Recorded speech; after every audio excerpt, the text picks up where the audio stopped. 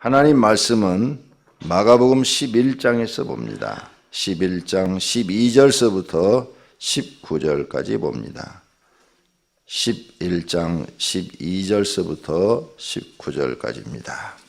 마가복음 11장입니다.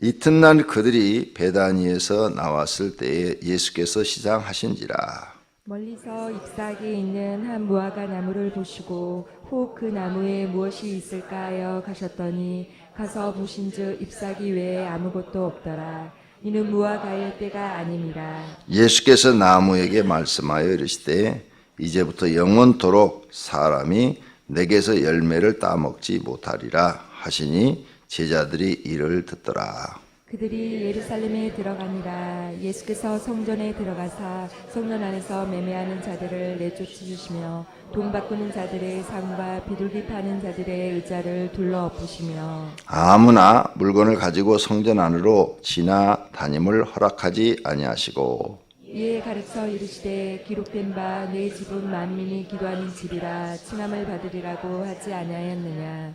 너희는 강도의 수구를 만들었도다 하시네. 대제사장들과 서기관들이 듣고 예수를 어떻게 죽일까 하고 꾀하니 이는 무리가 다 그의 교훈을 놀랍게 여김으로 그를 두려워하밀러라. 그리고 날이 저물매 그들이 성 밖으로 나가더라. 아멘. 오늘부터는 예수님의 행적을 뒤쫓아서 월요일서부터 토요일까지 예수님이 어떤 행적이 있었는가 함께 살펴보면서 성경을 읽도록 하겠습니다. 11장 12절을 보세요. 이튿날 그랬죠. 그러니까 예루살렘 성에 입성한 그 다음 날 예수님이 베다니에서 나와. 베다니는 나사로가 있는 집입니다. 나사로, 죽은 나사로, 무덤에서 살려낸 나사로가 있는 집. 나사로의 집이 부유했답니다. 그래서 예수님의 제자들이 거기서 먹고 잠잘 수 있을 정도로 집이 넓었다고 그래요. 그 집터가 가보니까 지금 있더라고요. 옛날 집터치고는 크고 넓었습니다. 즉 건물도 일부는 그대로 있었습니다. 사실이라 이거죠. 성경의 기록이 다 사실이다. 그래서 예수님 제자가 많으니까 방이 좀 넓어야 되지 않겠습니까? 여러 칸이 있어야 되고. 그래서 거기에 예수님이 거하시는데 거기에서 다시 나와서 이튿날 예루살렘 선으로 또 들어가셨다 이거죠. 베다니에서 예루살렘 선까지는 2km입니다. 2km. 그래서 걸어서 다닐 수 있는 거리죠. 2km니까. 자, 이렇게 해서 예수님이 이제 이튿날 성전에 들어가는 길목에 무화과 나무가 하나 서 있더라 이거죠. 근데 보니까 열매가 없더라. 그래서 예수님이 저주를 합니다. 이제부터 영원토록 사람이 내게서 열매를 따 먹지 못하리라. 그런데 이해가 안 되는 게 하나 있어요. 그게 뭐냐? 그때가 무화과 열매를 따먹는 철이 아니었어요. 그러니까 당연히 열매가 없죠. 지금으로 말하면 겨울철에 나무한테 열매를 바라는 것은 말도 안 되는 거죠. 그런데 예수님은 저주를 해버렸어요. 이게 무슨 의미냐? 예수님이 그걸 모르실 리가 없는데 왜 무화과 나무를 저주를 했느냐? 이 말은 영적인 의미가 있다는 거죠. 겨울에 이렇게 나무가 삐쩍 말라 있는데 열매가 당연히 없죠. 잎사귀도 없고. 그러면 야 사과나무야. 너는 이제부터 영원토록 열매를 맺지 못하리라. 이건 상식적으로 이해가 안 가잖아요.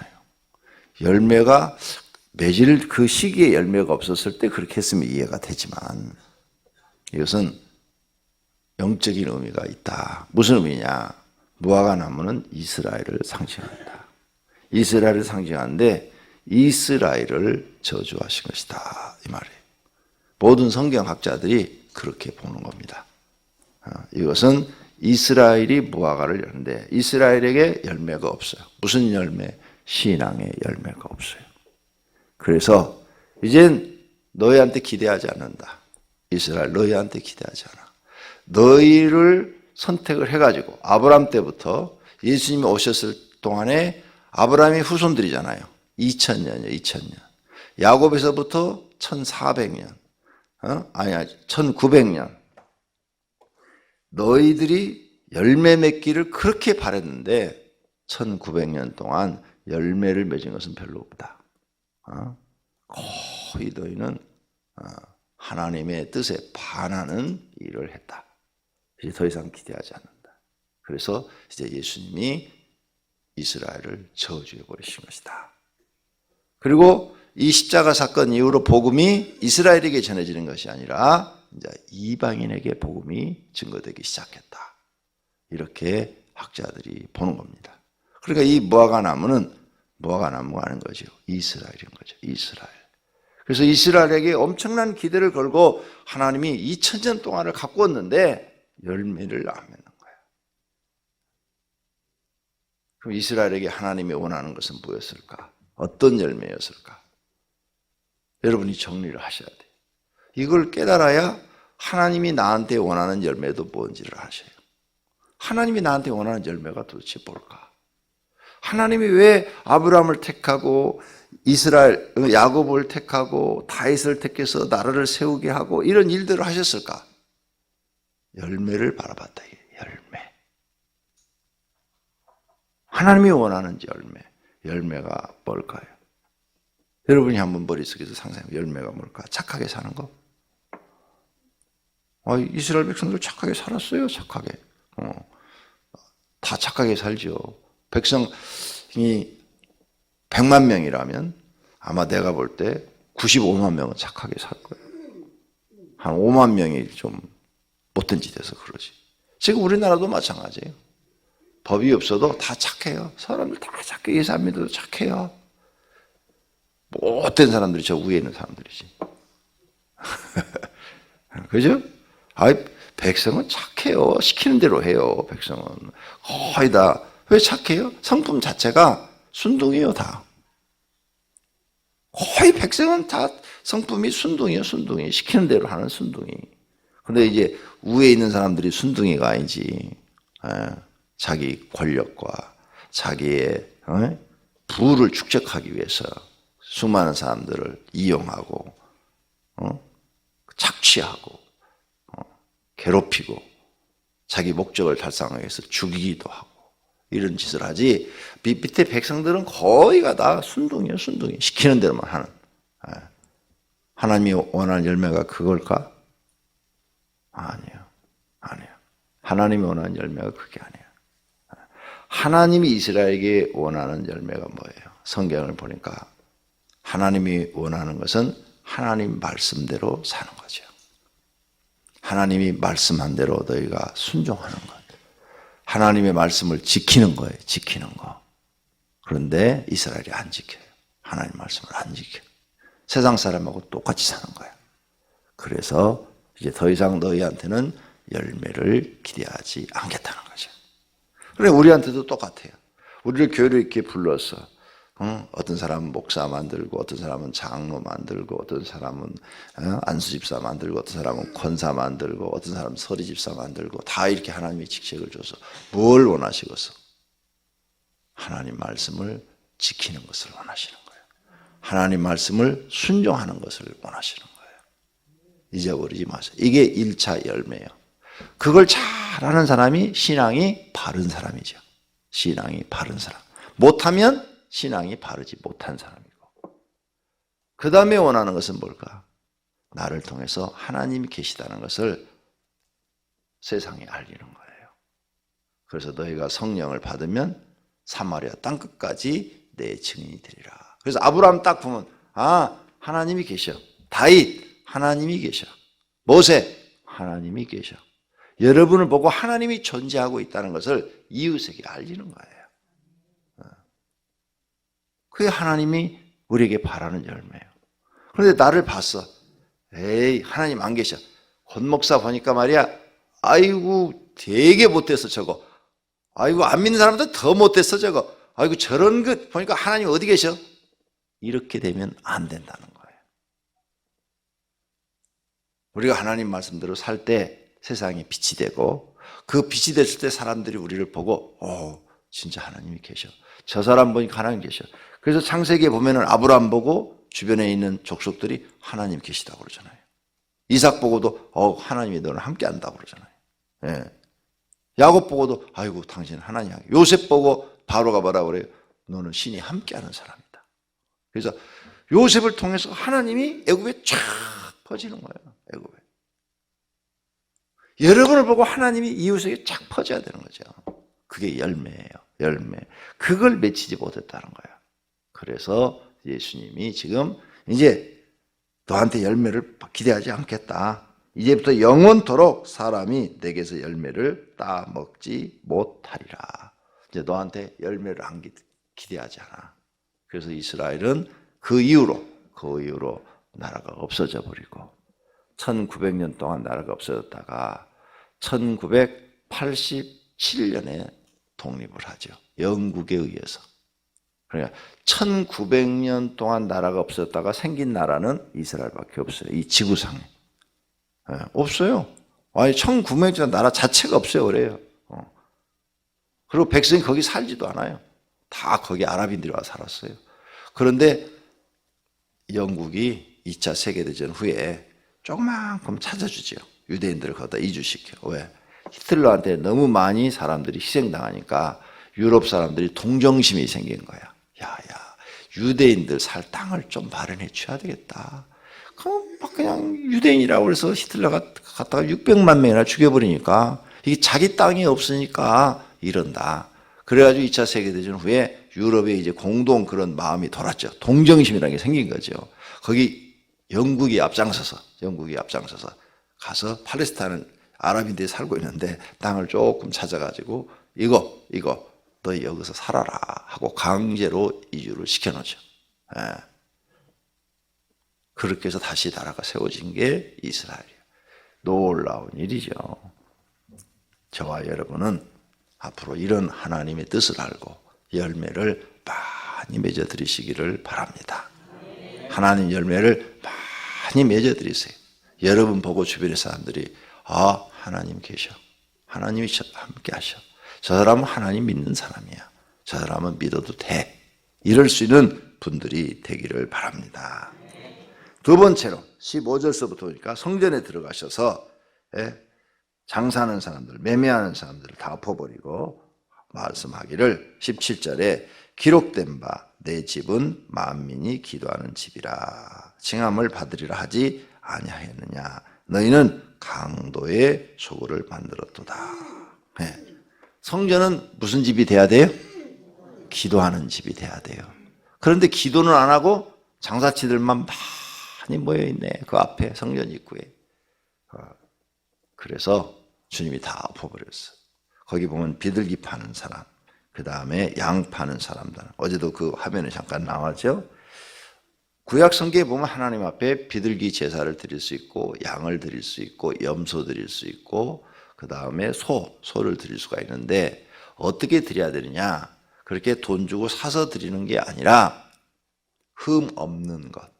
태어나서 1년 된 것. 그러니까 양이 딱 태어나면 그중에 제일 신실한 것을 하나 딱 골라서 요건 하나님 앞에 드릴 것. 이렇게 키우라는 거예요. 키워.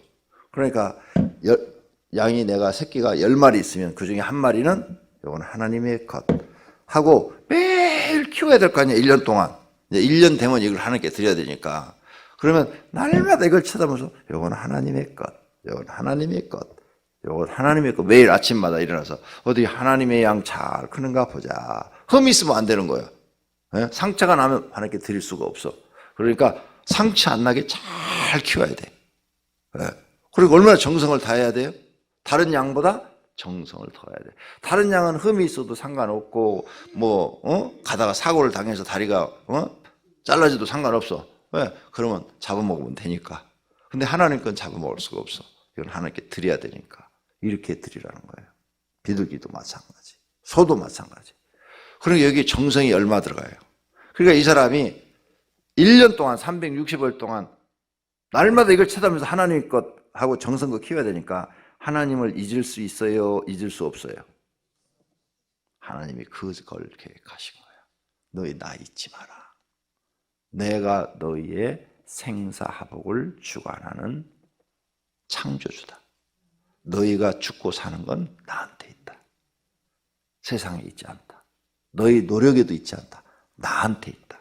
네가 나만 잘 경외한다면 하나님이 책임지겠다는 거죠. 너희 나라를 내가 책임져주고 개인도 책임져주겠다. 왜? 내가 우주를 만든 창조주다. 이걸 기억시키는 거예요. 그런데 아무리 이런 것도 없이 1년 동안 지 마음대로 살다가, 그죠? 죄 짓고 막 지 마음대로 막 살다가 성전 앞에 와서 양 한 마리 사갖고 와서 딱 바치니까 하나님이 이 양을 받을 수가 없는 거예요. 내가 원하는 것은 양고기가 아니다 이거예요. 하나님이 원하는 것은 비둘기가 아니라는 거죠. 내가 비둘기 구이를 못 먹어가지고 비둘기 구이 해 먹으려고 비둘기 바치라는 게 아니라는 거예요. 그 맞죠? 하나님이 고기 먹고 싶어서 드리라는 게 아니잖아요. 그런데 사람들이 안 하는 거예요. 그 짓을 안 하는 거예요. 1년 동안 정성껏 하나님을 생각해야 돼 안 하고 그냥 성전에 와서 그냥 사가지고 앞에서 드리는 거예요. 너무 하나님을 생각하지 않는 거죠. 그래서 다 엎어버리신 거예요. 이걸 파는 사람들이 있으니까 더 그런 사람들이 많이 생기는 거죠. 그래서 싹 엎어버린 거예요. 하나님 앞에 예배 드릴 때 여러분은 주일날 와서 예배만 드린다고 예배가 아니라는 거죠. 예배 드리는 일주일 동안 한전한 마음속에 하나님을 경외하는 마음을 가지고 사셔야 된다는 거죠. 하나님이 내 생에 제일 중요하신 분이다. 하나님께 내 생명이 달려있다. 내가 잘되고 못됨이 하나님께 있다. 그러니 나는 하나님만 생각하며 하나님만 의지하며 산다. 이 마음이 매일 있어야 된다는 거죠. 매일. 우리가 그런 마음을 매일 지키기 위해서 이게 새벽기도 하는 거예요. 새벽기도 왜 나와요? 이렇게 함으로 인해서 오늘 하루 종일 우리는 하나님 생각하며 사는 거예요. 그래서 기도하는 거죠. 그런 마음으로 하나님을 경외하라는 거죠. 그런데 너희가 여기서 이거 장사치들 갖다 이거 물건 팔아서 나한테 바치고 완전히 강도의 소굴을 만들었다. 이렇게 표현하신 거죠. 오늘 여러분은 이제 하나님을 참으로 경외하는 법을 배웠습니다. 한 시간도 잊어버리지 마시고 무슨 일을 하든 내가 살고 죽는 것은 하나님께 달려있다. 그러면 지금 여러분이 무슨 일이 안 돼? 역으로 생각하셔야 돼. 나는 왜 이렇게 무슨 일이 안 되지? 하나님을 경외하는 방법이 틀렸다는 거예요. 여러분이 지금 하나님을 생각하는 방법이 틀렸다는 거예요. 하나님 살아계신 거 분명하고 성경에 어떤 인물이든지 하나님을 경외하는 자를 하나님이 지키시고 보호하셨는데 함께 해주셨는데 그럼 나는 왜 뭐가 다 안 되지? 하나님을 경외하는 방법이 틀렸어요. 자, 억울하게 요셉이 감옥에 들어갔어요. 근데 하나님을 경외해요? 감옥에서도 하나님은 요셉을 보호하셨어. 성경에 나오죠? 사도 바울 신약에 억울하게 복음 전하다 빌립보 감옥에 갇혔어. 거기서 찬송과 기도했어. 거기서도 하나님은 바울과 실라를 보호하셔. 하나님의 보호의 손길이 안 미치는 곳이 없어요. 어느 곳이든지. 응? 이게 우리 하나님이에요. 우리 하나님. 근데 여러분은 하나님은 교회만 계시고 교회 떠나면 안 계시는 줄 알아요. 아니요. 하나님은 어느 곳에든지 우리를 지키시고 보호하시는 거예요. 둘의 마을을 만든 그 둘의 교회 목사님. 그분이 쓴 책을 읽으니까 이게 나옵니다. 자기가 그 운동하다가 운동권 출신이잖아 옛날에 학교 때. 그래가지고 감옥에 갇혔어. 감옥에 갇혔는데 운동하다가 아니고 다른 이유예요. 뭐 청계천에서 목회하다가 뭐로 해갖고 감옥에 갇혔는데 추운 겨울에 갇혔대. 추운 겨울에. 근데 죄가 크다고 독방에 집어넣더래. 죄가 큰 사람만 독방에 집어넣거든요. 많은 독방. 그냥 여러분 기도실 제일 적은 칸 있죠? 고만한 칸이에요. 딱 두루누기 잘 만한 칸. 거가 딱 여러분이 딱 잘 만한 칸이고 180cm로 그렇게 설계를 했어요. 왜 180cm로 거기 설계를 했느냐? 한자가 180cm요. 그래서 아니야 한 평. 180, 180이 한 평이 한 평. 그래서 180cm면 한국 사람들 다 잔다. 나는 못 자 183cm니까. 근데 잘 수가 있어, 대각선으로 자면. 그래서 그거 설계할 때 180cm로 해놨어요. 그만한 독방에 갇혀 있어요. 그러니 얼마나 답답하겠어요. 그래서 기도를 했대요. 하나님, 막 겨울에 막 추위가 몰려오는데 몸이 얼어 죽을 것 같더래. 기도를 했대요. 그 간증집에 나와요, 그 사람. 그랬는데 놀라운 일이 벌어졌대. 기도하고 난 다음부터 매일 기도를 하는데, 거기서 할 게 없으니까 기도만 하는데 방안이 막 후끈후끈후끈, 완전히 따뜻한 온돌집 방처럼, 벽을 만져봐도 후끈후끈, 방바닥을 만져봐도 후끈후끈. 자기는 겨울 내내 하나님의 은총으로 따뜻한 방에서 전혀 춥지 않게 지낼 수가 있었다. 기적이 일어났다. 하나님이 어떻게 벽을 따뜻하게 하고 방바닥을 따뜻하게 해줄 수 있냐? 군부를 떼지 않는데 어떻게 이렇게 따뜻하게 해줄 수가 있냐? 나는 거기서 살아계신 하나님을 경험했다. 그렇게 써놨어요. 이게 말이 안 되는 얘기잖아요. 근데 경험한 사람밖에 모르는 거야. 아니, 거긴 군부를 때린 데가 아닌데 처음에 막 추워서 막 사가지고 하루 종일 이렇게 막 뛰면서 하루 종일 그 조그만 방 안에서 이렇게 있었는데, 기도를 했더니 거기가 온도가 후끈후끈후끈하게 다 대표해 주시는데, 이런 경험을 나는 겨울 내에 했다. 쌀떡에서 쌀을 아무리 퍼내도 또 나온 사렙다 갑옷처럼 하나님의 기적은 언제나 나타나는 줄로 믿습니다. 그래서 그 목사님이 평생을 정말 하나님을 위해 살잖아요. 자기 욕심을 부리지 않고. 여러분, 하나님은 어느 곳에든지 여러분을 지키시고 보호하십니다. 하나님을 참으로 경외하는 방법을 배우시기를 바랍니다. 그러면 하나님은 여러분을 축복하셔서 귀하게 쓰실 줄로 믿습니다. 그리고 교회는 기도하는 집을 만들어야 돼요. 그렇죠? 그래서 우리 교회는 제일 중요한 게 뭐냐? 기도예요, 기도. 십자가 양육 시스템이 제일 중요한 게 가운데 기도, 이렇게 써놨어요. 교회는 기도하는 집이 돼야 돼. 이 보이는 교회도 기도하는 집. 요 심령교회, 여기도 기도하는 집이 돼야 돼. 할렐루야. 여러분 집도 뭐요? 기도하는 집을 만들어야 돼. 그러면 하나님의 집이 되는 거야. 거기에 하나님이 함께 하시는 거야. 내가 감옥에 갇혔어. 거기에서 기도하는 집을 만들면 거기에 하나님이 함께 하시는 거야. 거기가 하나님의 집이 되는 거야. 예수님이 우리에게 놀라운 비밀을 가르쳐 줬어요. 그러므로 여러분 더 열심히 기도하셔서 하나님이 여러분과 동행하시고, 어느 곳 어느 장소에 가든지 하나님이 지켜주시고 보호하시는 복이 있는 분들이 되시기를 예수님의 이름으로 축원합니다. 기도하겠습니다. 하나님 감사합니다. 오늘 새벽에도 예수님의 가르침을 통해서 몇 가지를 깨달았는데 그 깨달은 것을 실천하게 하옵소서. 주님 앞에 건축원금, 감사헌금 1천 번제물 드렸습니다. 주님 받으시옵고 축복해 주시옵소서. 예수님의 이름으로 기도드립니다. 아멘.